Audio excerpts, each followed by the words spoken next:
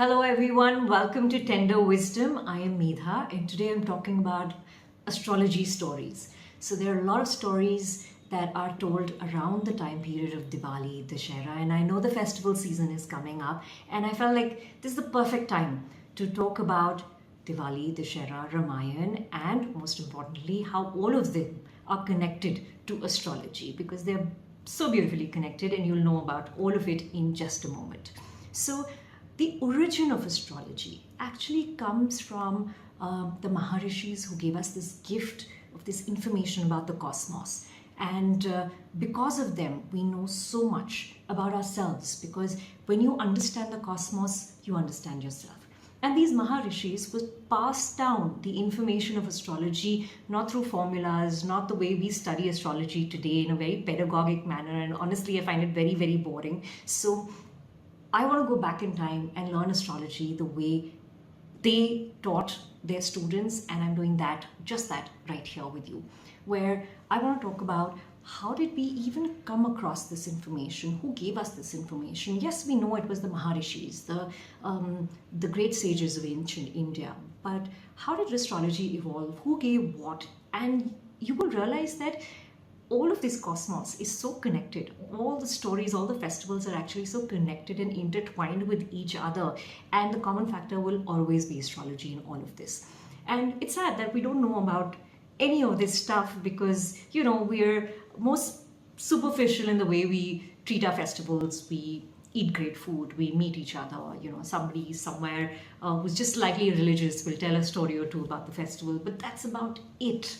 Right? So now it's time to go a little deeper and know the significance and the impact of it in our personal lives. How does it change things? Because it shifts timelines. Festivals are there because in the entire cycle of time, these are these landmark moments that will create shifts in our individual lives. And these festivals are not just coming in the year randomly. They're coming on certain very potent dates, and astrology explains it. Astrology tells you why they're coming on a certain date, what are they going to do. But again, unfortunately, we don't know enough in our daily lives about all of these things. So we just get on with our life, do the stuff that we do every day, not knowing how to utilize those days in the best way possible. So today I want to share with you certain stories that I know are just going to blow your mind, because that information is so precious, right? So let's get started.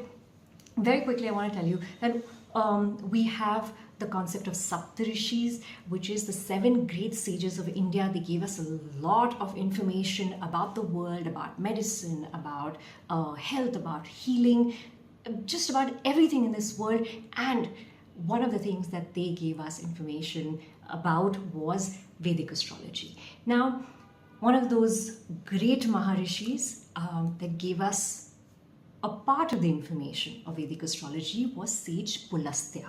Now, Sage Pulastya was a Maharishi. He was a wonderfully divine, self-realized person, and he gave us the knowledge of the lunar side of astrology. He emphasized that when you are reading a chart, a horoscope of a person, the moon sign and the information related to the moon is going to give us a very deep understanding of who this person is, what their destiny is going to be like. Now, it's really interesting because Sage Pulastya's grandson became one of the most revered and the most blessed Vedic astrologer in the world. He was very, very popular, and most people are surprised when I tell them who this grandson was, but it was Ravan. Ravan was known to be one of the best, the mightiest astrologers in the world. In fact, he received many boons from Shiva, one of them being that he's going to be indestructible. And Ravan was such a man that he knew what was happening when in the universe, and he aligned himself in such a way that he was always victorious. He was always at the top of his game. Right? In the modern sense, this is what we're going to see. But the fact that he was such a learned man, because he learned different kinds of weaponry, he was very learned in the Vedas, the Shastras, just, an embodiment of wisdom and knowledge. And that's why we say that Ravan had 10 heads, because in one head you cannot put enough information, right? And also we say that in one lifetime you can't do everything, you can't learn everything. So in one lifetime, Ravan actually learned so much that it was literally equivalent to either having 10 different lives, or in his case 10 different heads. And this information is key to our understanding of Ramayana, because when we are learning things from Ramayana, or getting our lessons from it, or just reading it, there's a culture of reading the Ramayana in the family. One person reads it, tells the stories to everybody in the family, but we don't see Ramayana from this perspective. And that's the irony, because Ramayana is written 100% from the perspective of astrology. And of course this video is going to be too short for me to explain everything, but I want to touch upon it so you understand the deeper significance of the festivals that are coming up, right? You understand the deeper meaning of how all of this information is going to impact you and transform you in the months to come, whether you want it or not, because the timeline is such. And that's what astrology is. It's the study of time. So with these stories, I'm going to teach you more about your time. While the time for everybody is going to change, but for you, it's going to impact you in certain specific ways, and I want to talk about that. So Ravan, being the grandson of sage Pulastya, learned the lunar side of astrology. And of course, it's very, very powerful, because till date, the kind of astrology that we are all doing in India is the lunar governed astrology. Vedic astrology is moon governed, because every time you go to a traditional astrologer, he will say, okay, aapki rashi ye hai, this is your rashi. And what is that rashi? What is that zodiac sign that we're talking about? It's your moon zodiac sign. So unlike the Western astrology concept of what is your sun sign, in India we ask what is your moon sign. It's not your ascendant, it's not the rising sign, it is your moon sign. So Ravan was of course an expert at astrology, like I said, one of the greatest astrologers out there, and he learned the lunar side of astrology. And I want to keep this information on the side because I want to get on to something else. Now, Sage Vasishta. Sage Vasishta, again, very intelligent, very wise sage who is also a teacher. Whose teacher? Ram's teacher. He gave us the gift of understanding solar governed astrology, and most importantly ascendant governed astrology, which is what we call rising sign in Western astrology. That what is the starting point of your horoscope? If you understand that, if you study that, you know what is the trajectory of this person's life. You know where this person's going, what they're going to do, just about everything. Right? You will understand from the rising sign and of course the sun governed astrology.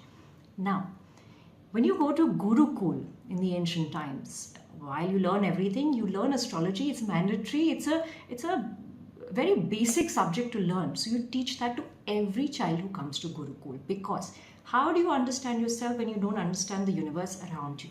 Right? But here in the modern times, we learn ABCD and have no clue about ourselves, all the cosmos around us, because we are so immersed in writing sentences in different languages, doing an addition, subtraction. We have missed out on the key information.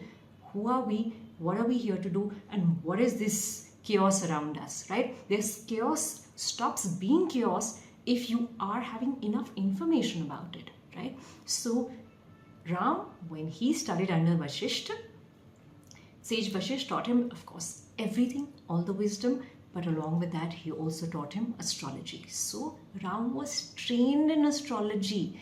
So that's why we say that Ravan and Ram, they were a match, because they knew what was happening around them and they knew what was happening inside of them. They were both equally wise.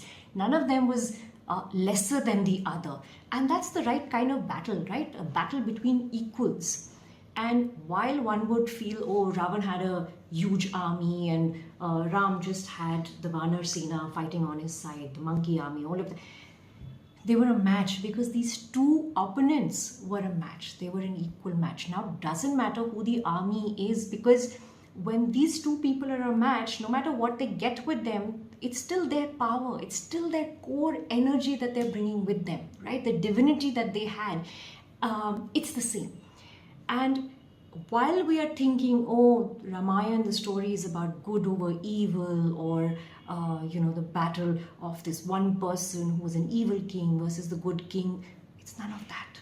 It is the battle of the lunar side of astrology versus the solar side of astrology. It is really that. What is it? The lunar energy and the solar energy. And really, when you think about it, can one win over the other? Not. But we know for a fact that moon gets its light from the sun. It doesn't have a light of its own. So Ram, in a way, was destined to come to this realm and kill Ravan because there were so many deaths. So many things that had to be done in a sequence, literally, right? Ram had to fight certain wars, he had to battle certain Rakshas. All of that was preordained. Everyone was just merely playing a part in the giant scheme of things. So while it may look like a battle and sound like, oh, it was this battle between good and evil, technically, when you come to think of it, it was just everyone doing their own part, playing their part, and playing out the destiny, but not of themselves only, not of themselves alone, but of time. Time had to unfold in a certain manner. And that's what the battle of Ramayan is, and that's what every single character in Ramayan is. Now, here's the thing, this is how we start understanding the concept of Diwali or Dussehra or any of that stuff, because when we are thinking of Diwali, Diwali is on a no moon day. Dussehra is on a Dashmi. So before that, we are praying to the goddesses, and this is exactly what Ram did in Shukla Paksh, okay, which is the time period where the moon is waxing, it's growing in size, right? What are we telling here indirectly? That the growing in size is signifying growing in size, the power that is growing. And this is the time period in Shukla Paksh where moon is growing, the feminine energy is growing, right? And that's why Ram is also praying to the Devis and requesting them to come assist him, to help him fight this person who is lunar governed. If Ram does not understand his enemy, how will he fight the enemy, right? So he needs the support of the lunar wisdom to come into play so he can fight this this wonderful, really intelligent, one of the world's most powerful astrologer in the world, which is Ravan. So he takes the help of the Devis, and Dussehra is celebrated on a Dashmi, the 10th day of the waxing moon, which is a really powerful day. Now, here's the irony of it. Diwali is celebrated on the no moon day, right? The no moon day is the day of rest, right? So you get together with family, meet everybody with love, and Diwali, that's why it's homecoming. You come back home to yourself, because the full moon night is the night where you're awake, you're active. Nobody is resting that day, right? Traditionally, all of these dates, all of these concepts were known. And how are they known? Who has written Ramayana? Ramayana is written by Valmiki. Valmiki, who is actually known as one of those really amazing astrologers. Of course, the only thing that we know about Valmiki is Ramayana, that he's written Ramayana. But little do we know that Valmiki has written many other texts. And one of the texts is a text on astrology. And people don't know about this, that Valmiki was also a fabulous palmist. He could read hands, he could tell your destiny. And Valmiki, who is such a big astrologer, do you really think he's going to write an entire story without including any astrological information in it? In fact, in Ramayana, repeatedly you have information on what happened when, at what hour. In fact, Jatayu in when Sita is kidnapped by Ravan, Ram finds Jatayu, the gigantic bird that's actually fighting Ravan to stop him from taking Sita away. In that moment, Jatayu has told Ram that Sita has been kidnapped in the Bindu Muhurat. Now, Bindu Muhurat is a Muhurat, that time of the day that when you lose something, you will find it, you will get it back. So just that assurance of Jatayu, who was so wise himself, Ram receives that information. That was the karma of Jatayu, to bring that peace to Ram and just give him that little hint that you will find Sita no matter what, because she's been taken away in the Bindu Muhurat. He says that she's been taken away in the Bindu Muhurat, and that's about it. He gives him that much information, and Ram knows. Whether the others around him know or not, Ram knows, because he studied all of that. So then of course he goes and makes that effort of finding his wife, right? So Valmiki knew about all of these permutations, combinations.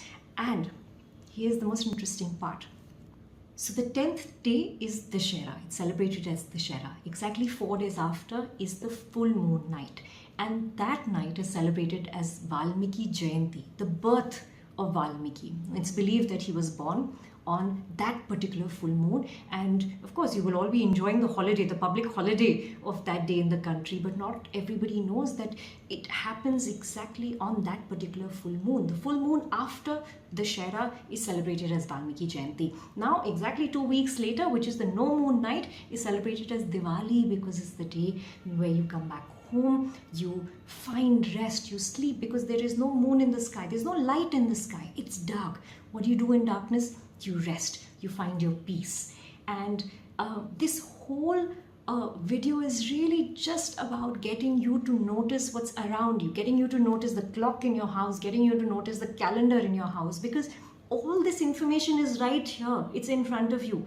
You just don't know how to understand it, how to decode it, and how to use it for your advantage. So when you are celebrating Dussehra this year, I want you to know that what we are actually worshipping and what we are getting towards is the understanding that the lunar side in me is activating, it's getting fuller, and it's much easier now for me to battle my emotional side, to take practical decisions, to actually win over the weaknesses that I have inside me. This is a great time for me to work on that.